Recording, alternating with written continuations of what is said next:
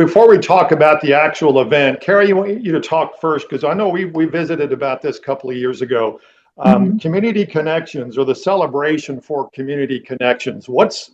Give me some background as to what this is. Okay. So the Celebration for Community Connections event happens because the Fort Smith Public Schools and the School-Based Health Center, part of our mission is to educate about prevention and wellness so that we have a healthy school community. And in order to have a healthy school community, we need to have a healthy community at large. So we opened up this event to the whole community so that we can all live, work, play, grow, and learn in a healthy place. So when people come out on the 20th, what are they going to see? So the event focuses on the 8 dimensions of wellness. So we have a really broad array of participants from the community. We have about 140, we call them vendors, but they're organizations, groups, that have information to share about one or more of the 8 dimensions of wellness. So a lot of them will have a table with information and face-to-face interaction. Some of those will also have demonstrations. Almost all of them have giveaways. We'll have free hot dogs that have been donated. We'll also have a food truck if people don't want hot dogs. We'll be having, there's a chess club that's going to be teaching how to play chess because that impacts the social dimension as well as the intellectual dimension, just for an example. We have banks, giving information on the financial side.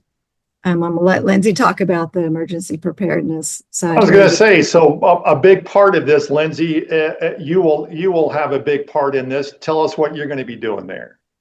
Sure. We're partnering with Celebration for Community Connections, and I'm affiliated with the Emergency Preparedness Fair. And so we're also wanting to help the community get better prepared in case of a natural disaster and have all the pertinent things in their home and available and ready. So there will be several, like Carrie was saying, groups and individuals that will have tables about preparedness, everything from food storage to we'll have someone there with ham radio. We'll also have a wide variety of emergency preparedness vehicles. Sebastian County Emergency Management will be there, fire truck, police, EMS, and then pending there isn't an emergency, Mercy's Lifeline, their helicopter will be there as well. So we're really excited to be able to help, let the community not only learn about emergency preparedness, but also get to have hands-on experience with some of these vehicles and things that they might not get to very often. We're in Tornado Alley, so this is about as important as it gets.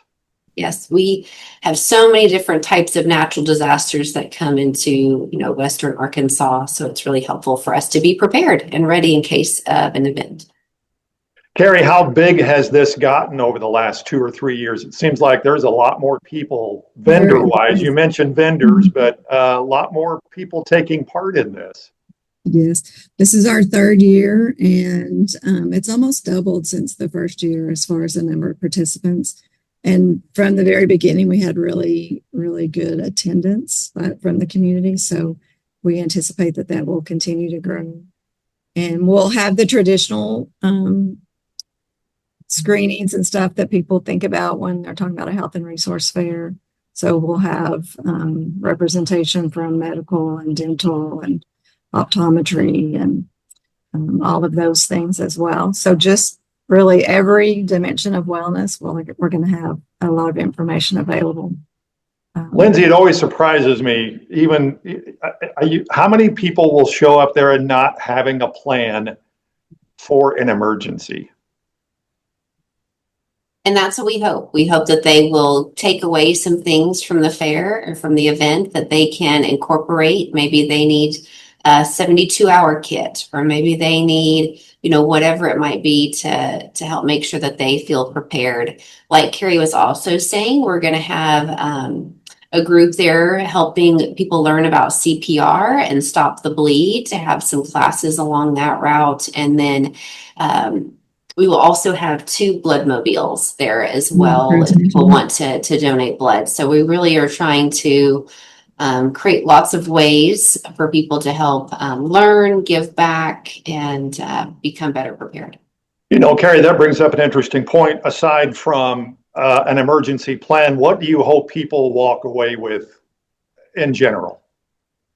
So I think everybody's in a different place on their journey to wellness. So some people are going to be there to learn about improving themselves and in different various ways. And then there are some people that are in a more healthy place that are going to want to volunteer. And we're going to have a lot of agencies there that are seeking volunteers to help other people.